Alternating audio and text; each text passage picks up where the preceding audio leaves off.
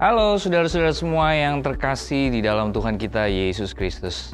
Selamat hari Minggu. Saya Jamie dan tim pengembalaan Galilee Church kembali menyapa Anda semua di Galilee Online Service hari ini. Kami sangat bersyukur bila mana online service ini telah memberkati Anda, keluarga dan komunitas Anda dimanapun berada. Mari terus bergabung bersama kami dalam memuji dan menyembah Tuhan di Galilee Online Service ini. Karena kami percaya saat kita bersatu menyembah Dia, maka Dia hadir di tengah-tengah kita semua. Silakan bagikan link Galilee Online Service hari ini kepada keluarga, teman, dan sanak saudara, baik melalui Facebook atau YouTube Galilee Church. Sambil ingatkan mereka untuk join beribadah bersama kita saat ini. Hari ini kita akan membahas sebuah topik firman Tuhan tentang bagaimana terhubung dengan orang percaya yang akan disampaikan oleh Pastor Edward Franstono. Persiapkan catatan khotbah Anda, terlebih hati yang rindu mendengar sabdanya. Mari kita mulai ibadah kita saat ini di dalam doa. Bapa dalam surga, terima kasih buat penyertaan Tuhan di sepanjang minggu ini ya Tuhan. Kami mengucap syukur karena kami boleh ada sampai saat ini. Dan saat ini ya Tuhan, kami akan beribadah kepadamu ya Tuhan. Berikan kesiapan hati kami ya Tuhan untuk kami boleh beribadah, memuji dan memuliakan akan kebesaran nama-Mu.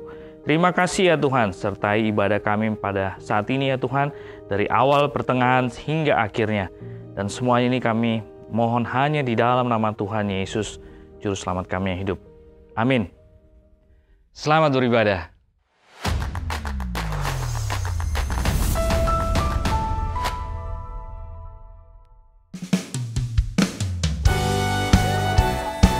Shalom jemaat yang dikasihi Tuhan. Mari saat ini kita mau tinggikan Dia, kita mau sembah Dia, sebab Dialah Tuhan yang dahsyat. Katakan, langit adalah tahta-Mu Tuhan, dalam kemuliaan bumi tumpuan kaki-Mu sungguh mengagumkan. Ombak dan lautan menderu bernyanyi bagi-Mu. Mari semua yang bernafas sujud dan menyembah. Katakan nama-Mu besar, nama-Mu besar, nama-Mu mulia. Engkau Tuhan yang perkasa, kebesaran-Mu mempesona, ajaib dan mulia. Engkau Raja segala raja, nama-Mu dahsyat di atas segala nama. Nama-Mu dahsyat.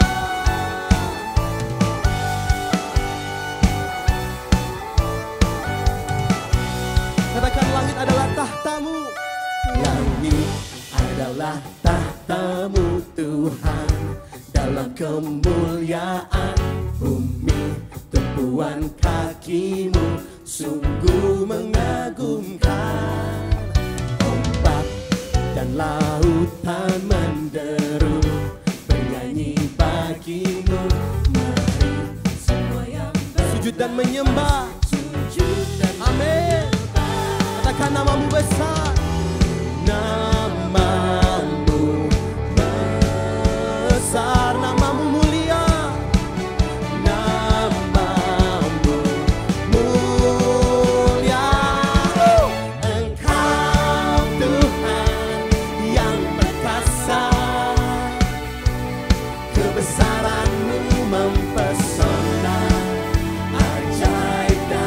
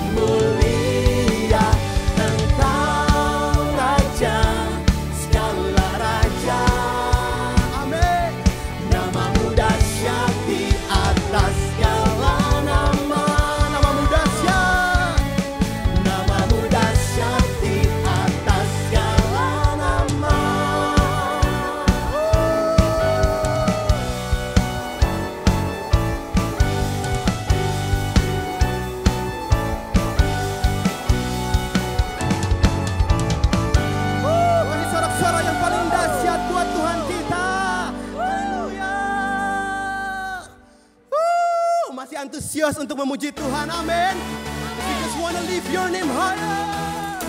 Woo! Come on, clap your hands. Woo! We wanna jump for you, Lord. Say, we were here as we lift you up.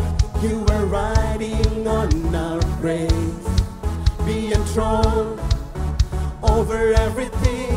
You were seated in our praise. Come on, sing. This is prophetic, I can feel it in the air. With our praise and the atmosphere. With hearts open now, everybody sing it up. Oh, everybody say, turn it up. This sound of praise, make it louder than any other. Lift him up and shout his name over all. More as we praise, I can feel the change as your presence now with. Come on, you hear the sound of the broken chains, prison doors are given away. This is prophetic, I can feel it in the air. We live our praise and we change the atmosphere. With hearts open now, everybody sing it out. I am faith, turn it up. This sound of praise, make it louder than any other. Lift him up and shout his name over all. One more time, say.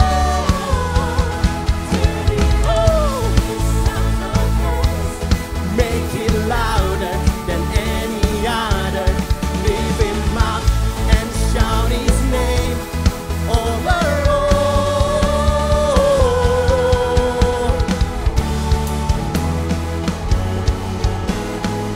Come on, we sing the song. Our praise goes up, amen. Your rain comes down.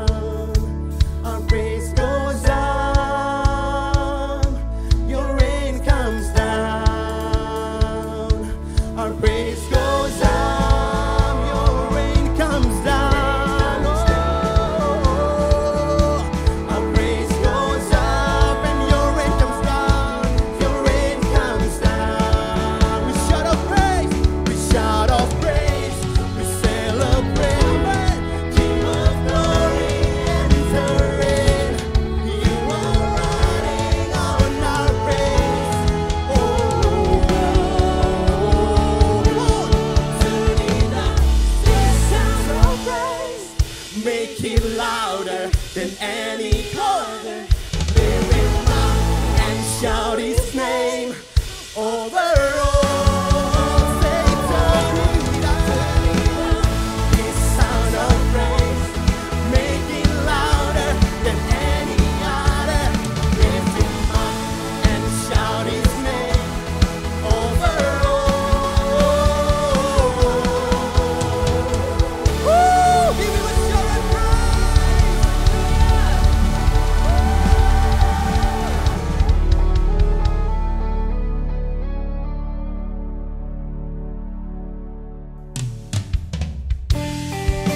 Terima kasih Tuhan atas setiap penyertaan, atas setiap tuntunan di dalam setiap jalan kami. Kami percaya kami akan aman di dalam Tuhan. Terima kasih Tuhan. Oh.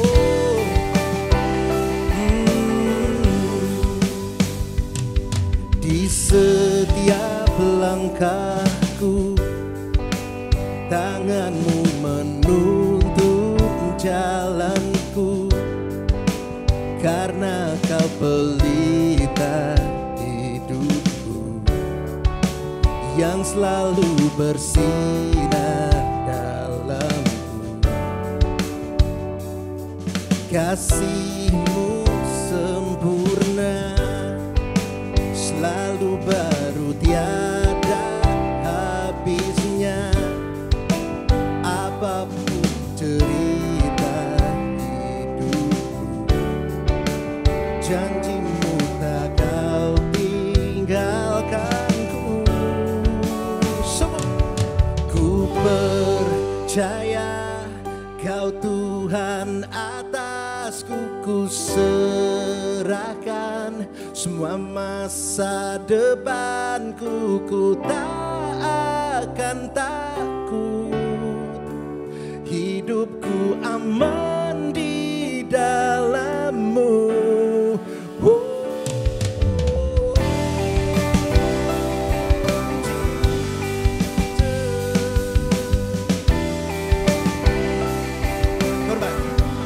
Sama-sama. Kasih-Mu sempurna, selalu baru, tiada habisnya. Apapun cerita hidupku, janji-Mu tak Kau tinggalkanku.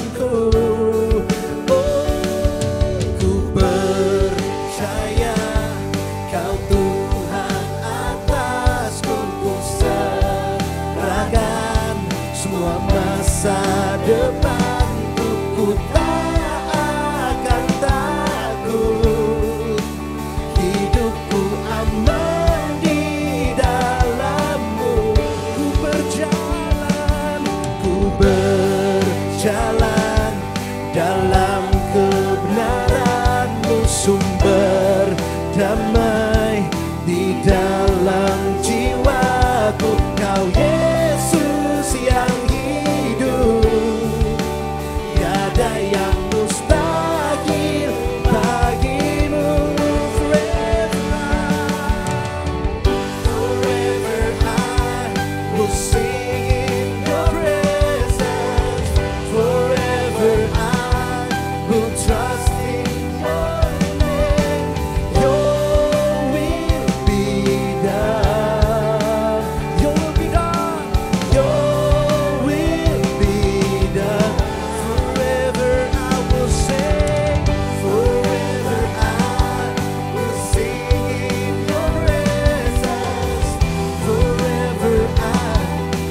Trust in Your name, Your will be done. Your will be done. Katakan ku percaya, ku percaya Kau Tuhan atasku, ku serahkan semua masa depanku. Ku tak akan takut, hidupku aman di dalam-Mu.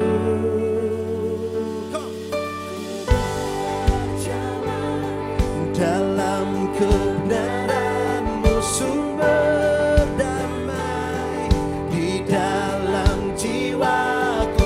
Kau Yesus yang hidup, tiada yang mustahil bagi-Mu. Forever I will sing in Your presence. Forever I will trust in Your name. Your will be done, Jesus. Forever I will sing, oh. Forever I will sing in Your presence. Forever I will trust in Your name. Your will be done. Your will be done.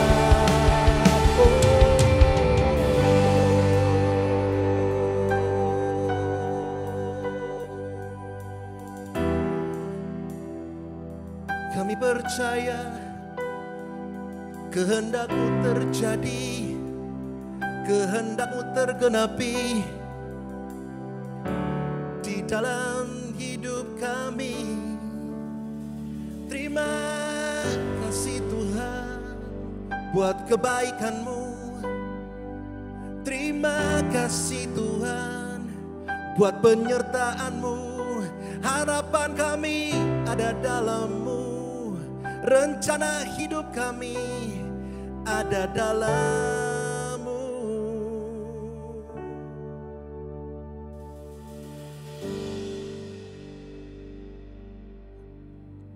Tak pernah gagal rencana-Mu, terangi jalanku, kuasa-Mu sempurna. Pengharapanku takkan hilang, sebab masa depanku Kau sediakan. Tak pernah gagal rencana-Mu, terangi hidupku, kuasa-Mu sempurna. Pengharapan takkan hilang, sebab masa depanku Kau selamu. Oh, tak pernah gagal rencana-Mu, terangi jalanku, kuasa-Mu sempurna. Pengharapanku takkan hilang, sebab masa depanku Kau sediakan. Tak pernah gagal rencana-Mu. Oh, kuasa-Mu sempurna.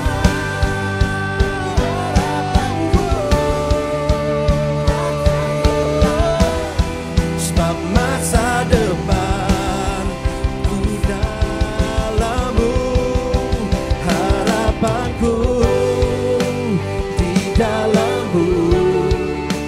Hanya Kau Yesus kuat. Ku percaya, ku aman dalam-Mu. Katakan harapanku di dalam-Mu. Oh, hanya Kau Yesus kuat. Ku percaya, ku aman dalam-Mu. Katakan ku percaya, ku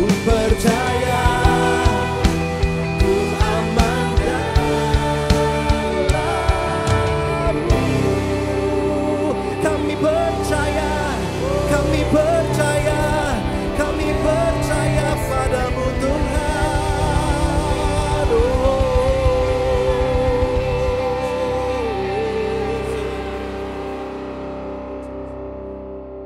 Bapak, kami bersyukur Tuhan kalau kami boleh menaruh pengharapan kami di dalam Engkau. Karena kami tahu Tuhan bahwa Engkau menyertai kami. Dan saat ini Tuhan, kami akan belajar dari firman-Mu. Mari berbicaralah kepada setiap kami dan kami siap mendengarkan firman-Mu. Hanya di dalam nama Tuhan Yesus kami berdoa. Amin. Halo semua, bagaimana kabar Anda minggu ini? Saya berharap dan berdoa dimanapun Anda berada, Anda dan keluarga Anda dalam keadaan sehat. Minggu ini adalah Minggu Pentakosta, di mana kita memperingati peristiwa Tuhan mencurahkan Roh Kudus ke atas para murid dan orang-orang percaya di Yerusalem setelah Tuhan Yesus naik ke surga. Pada hari itu semua berkumpul di satu tempat dan mereka semua dipenuhi oleh Roh Kudus dan mulai berkata-kata dalam bahasa-bahasa asing yang kita kenal dengan sebutan bahasa roh. Suatu peristiwa yang bukan saja membuat orang-orang percaya mengalaminya, tetapi banyak orang-orang yang belum percaya melihat peristiwa ajaib tersebut dan kemudian menjadi percaya. Keberanian juga ada pada semua orang percaya pada saat itu.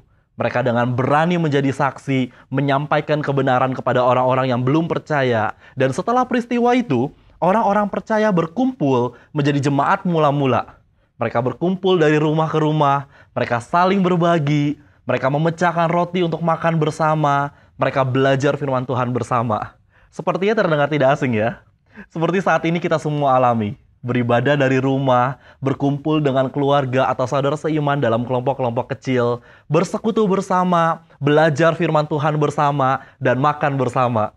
Ini yang jemaat mula-mula lakukan setelah mereka hidup dipenuhi oleh Roh Kudus. Minggu lalu, saya menyampaikan firman Tuhan mengenai 4 metafora Alkitab mengenai terhubung dengan sesama.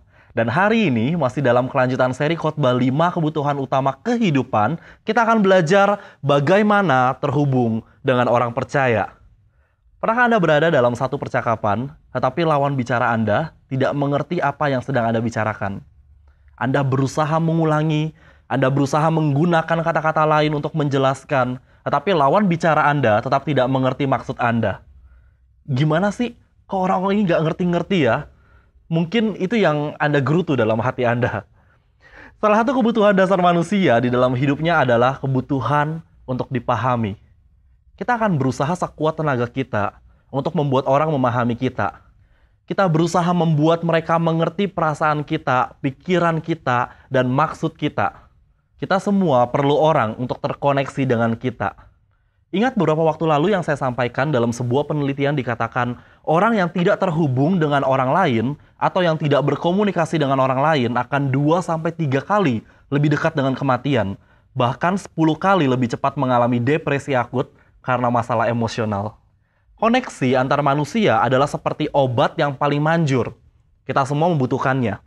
Kita butuh orang-orang yang terhubung dengan kita dan mengerti kita. Kita akan belajar sama-sama.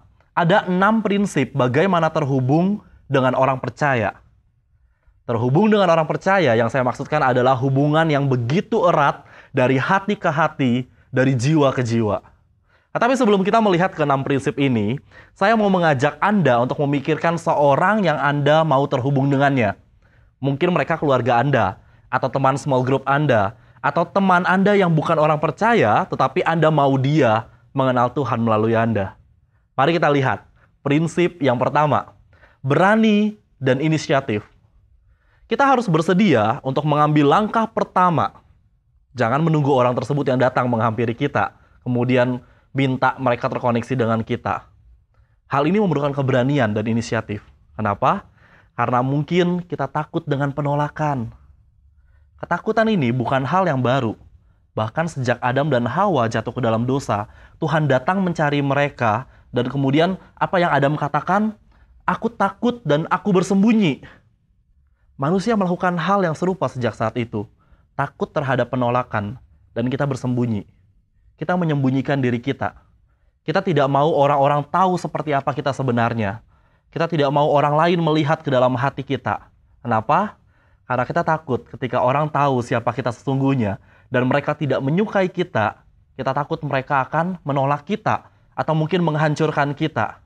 Dan ketakutan tersebut yang membuat kita bersembunyi dalam topeng-topeng. Ketakutan membawa 3 hal buruk dalam suatu hubungan. Pertama, ketakutan membuat kita defensif. Kita takut menunjukkan siapa diri kita sebenarnya.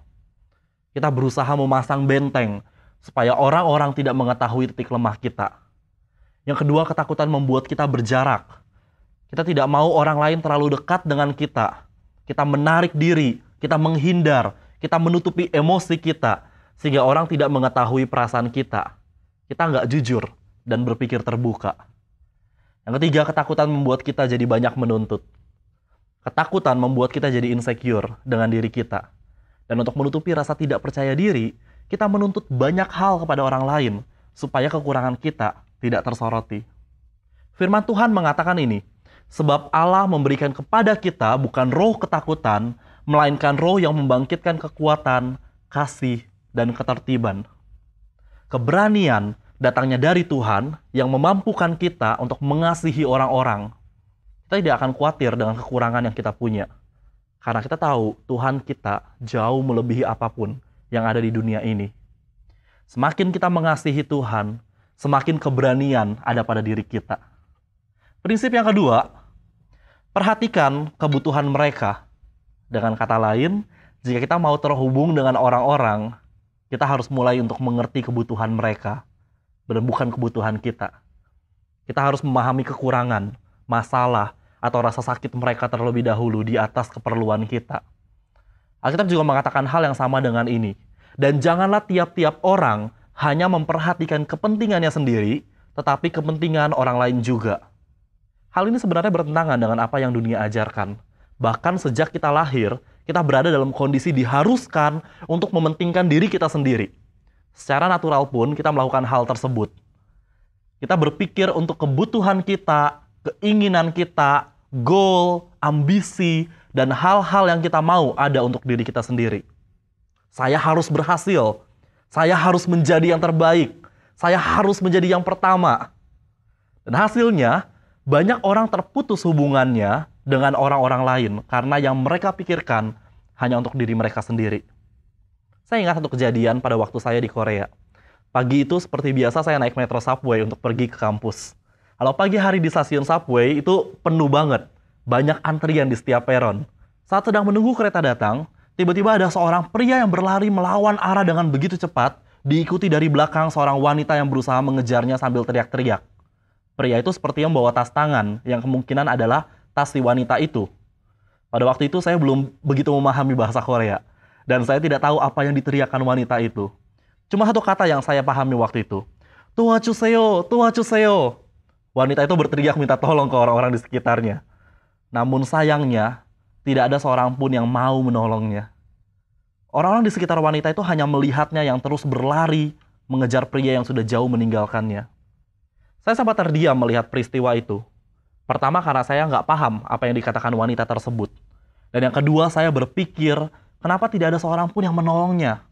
Padahal pria yang berlari tersebut sebenarnya dengan mudah ditangkap oleh orang-orang yang dilewatinya. Tetapi nggak ada satupun orang yang mau menolong wanita itu. Sampai kereta datang, semua orang masuk ke dalam gerbong kereta seperti tidak ada kejadian apa-apa. Ada dua kebenaran dasar tentang hidup. Pertama, kita bukanlah poros di mana dunia mengitari kita. Betul, jika kita dikatakan kita sangat spesial di mata Tuhan, kita diciptakan dengan tujuan yang baik. Tetapi kenyataannya kita bukan pusat dunia. Jadi jangan pernah berharap seluruh dunia akan datang kepada kita, kemudian berkata, apa yang sedang kamu butuhkan? Itu nggak akan pernah terjadi. Kedua adalah Tuhan sudah berjanji jika kita fokus pada kebutuhan atau keperluan orang-orang lain, maka Dia akan juga memenuhi kebutuhan dan keperluan kita. Apa alasannya? Karena Dia mau kita belajar untuk tidak menjadi egois. Dia mengajarkan kepada kita untuk mengasihi dan menjadi orang yang baik dan murah hati seperti dirinya. Kolose 3 ayat 13 katakan, sabarlah kamu seorang terhadap yang lain, dan ampunilah seorang akan yang lain apabila yang seorang menaruh dendam terhadap yang lain, sama seperti Tuhan telah mengampuni kamu, kamu perbuat jugalah demikian. Salah satu bagian dalam memperhatikan kebutuhan orang lain adalah bagaimana kita bisa menerima kesalahan mereka dan memahami bahwa mereka bukan orang yang sempurna. Kita pun bukan orang yang sempurna. Bagaimana bisa kita menuntut orang lain untuk menjadi sempurna? Amsal 17 ayat 9 katakan, siapa menutupi pelanggaran, mengejar kasih. Tetapi siapa membangkit-bangkitkan perkara, menceraikan sahabat yang karib. Peran kita bukanlah menghakimi kesalahan mereka, tetapi peran kita adalah memahami kekurangan mereka. Prinsip yang ketiga, miliki perkataan-perkataan yang membangun. Gunakan kata-kata kita untuk membangun orang. Efesus 4 ayat 29 katakan, janganlah ada perkataan kotor keluar dari mulutmu, tetapi pakailah perkataan yang baik untuk membangun, di mana perlu supaya mereka yang mendengarnya beroleh kasih karunia. Tuhan mau kita memakai perkataan-perkataan kita untuk membangun orang lain. Satu alasan kenapa kita tidak punya perkataan-perkataan yang membangun adalah kita tidak memahami bahwa perkataan kita penuh kuasa. Perkataan yang keluar dari mulut kita bisa menjadi seperti sebuah pisau besar yang mampu menghancurkan apapun yang ada di depan kita. Biasanya saat kita membeli pisau, atau mungkin benda-benda tajam, atau yang berbahaya lainnya, akan ada peringatan-peringatan yang disertakan dalam kemasan. Misalnya seperti langkah-langkah untuk menggunakannya, atau peringatan untuk berhati-hati saat menggunakan benda-benda tersebut. Seperti itu juga mulut dan perkataan kita. Saya mau bagikan peringatan-peringatan apa saja yang penting yang perlu kita ketahui pada saat menggunakannya. Pertama, jangan mencari-cari alasan. Kita harus stop berkata, sorry nggak maksud seperti itu. Atau kita katakan, bukan gitu, tapi bla bla bla sebagai alasan kita pada saat mengucapkan perkataan yang menyakitkan orang lain. Alasan-alasan tersebut tidak akan pernah mengobati luka yang sudah kita buat dari perkataan kita. Sekarang ini banyak orang yang tidak memahami bahwa perkataan mereka sudah menyakiti orang lain. Bahkan bukannya minta maaf karena perkataannya yang menyakitkan, mereka malah bilang, ah baper mulu, nggak asik nih orangnya. Nah, kita harus ingat bahwa perkataan kita bisa menjadi seperti pisau tajam yang mampu membunuh orang. Yang kedua, sedikit bicara. Perkataan kita adalah alat yang punya kekuatan luar biasa. Jadi kita tidak perlu menggunakannya dengan gegabah. Artinya, kita bisa menggunakan perkataan-perkataan kita sesuai dengan yang diperlukan. Apa alasannya? Ketika terlalu banyak bicara, yang sering terjadi adalah kita banyak bicara tanpa berpikir. Nah, yang ketiga, banyak mendengar. Kita harus banyak mendengar. Mendengar membuat kita mampu memahami kebutuhan orang lain. Dan yang keempat, mulailah membangun. Pikirkan dulu apa yang mereka butuhkan. Bagaimana menciptakan perkataan-perkataan yang membangun dan memotivasi. Bagaimana perkataan-perkataan ini bisa membawa perubahan di dalam hidupnya. Mari kita lihat prinsip yang keempat, bagaimana terhubung dengan orang percaya. Jujur di dalam hubungan. Kita harus terbuka. Kita harus jujur. Amsal 24 ayat 26 katakan, jawaban yang tepat adalah tanda persahabatan sejati. Jujur dan terbuka akan membuat hubungan menjadi murni, menjadi sehat, kuat, dan bermakna dalam. Ada 3 aturan untuk memiliki hubungan yang sehat. Pertama, memuji di muka umum, menegur di waktu sendiri. Aturan yang pertama ini sudah sangat jelas. Kita tidak boleh menjatuhkan teman atau sahabat kita dengan menegurnya di depan orang banyak. Yang kedua, koreksi ketika situasi mereka sedang baik. Tidak ada seorang pun yang bisa menerima teguran pada saat kondisi mereka down, atau pada saat mereka sedang depresi, atau pada saat mereka sedang kehabisan energi.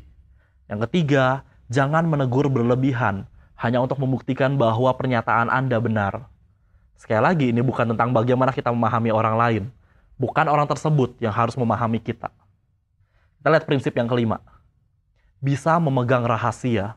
Amsal 11 ayat 13 katakan, penyebar kabar angin tak dapat memegang rahasia. Tetapi orang yang dapat dipercaya bisa merahasiakan perkara. Apakah Anda orang yang dapat memegang rahasia? Mungkin banyak orang yang berpikir bahwa gosip bukanlah dosa yang besar. Tapi tahukah bahwa Tuhan menempatkan gosip sama seperti dosa immoral dan juga membunuh? Kenapa?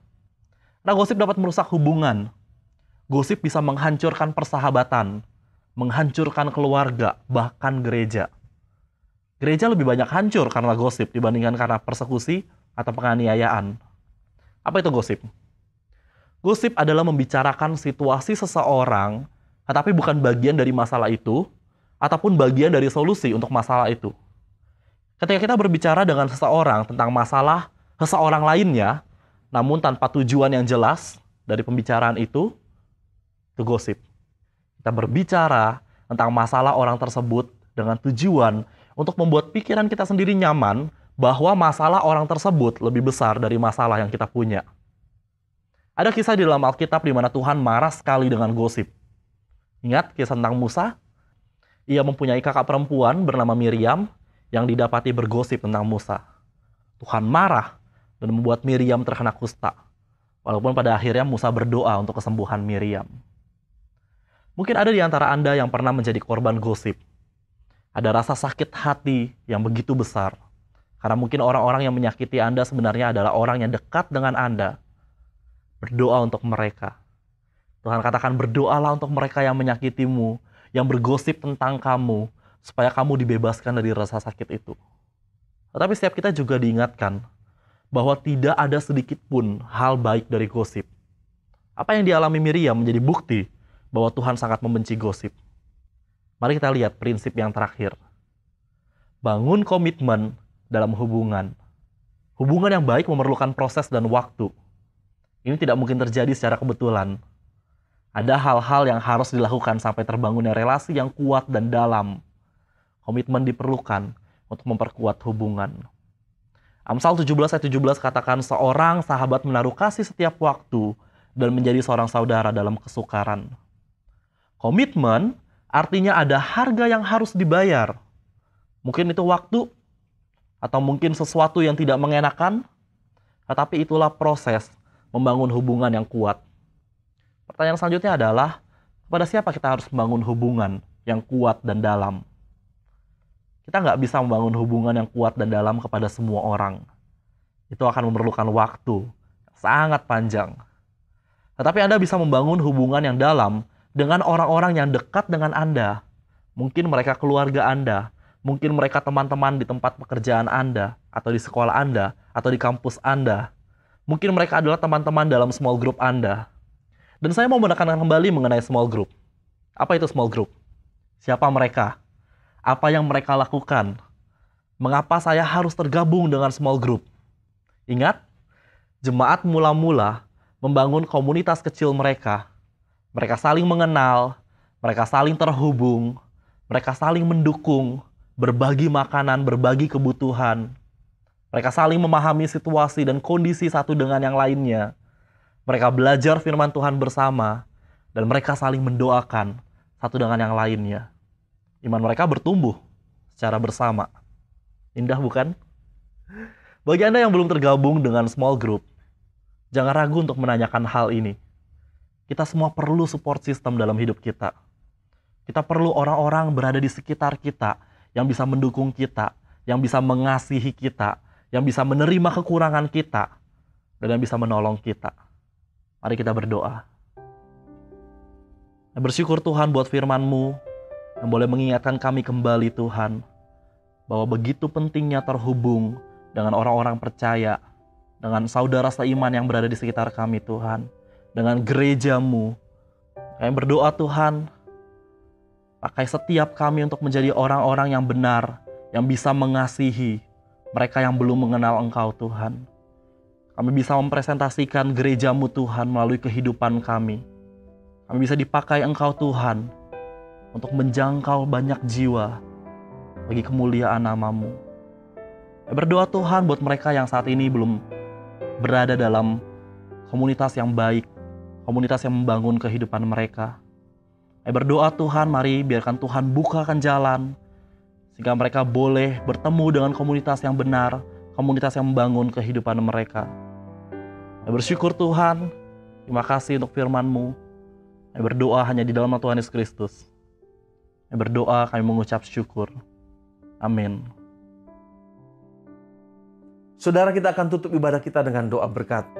Jemaat yang kekasih, saya mengutus Anda untuk menjadi berkat bagi orang yang lain yang ada di sekitarmu, bagi keluargamu, bagi komunitasmu, dan biar Tuhan memberikanmu kepekaan untuk mendengarkan suara Tuhan.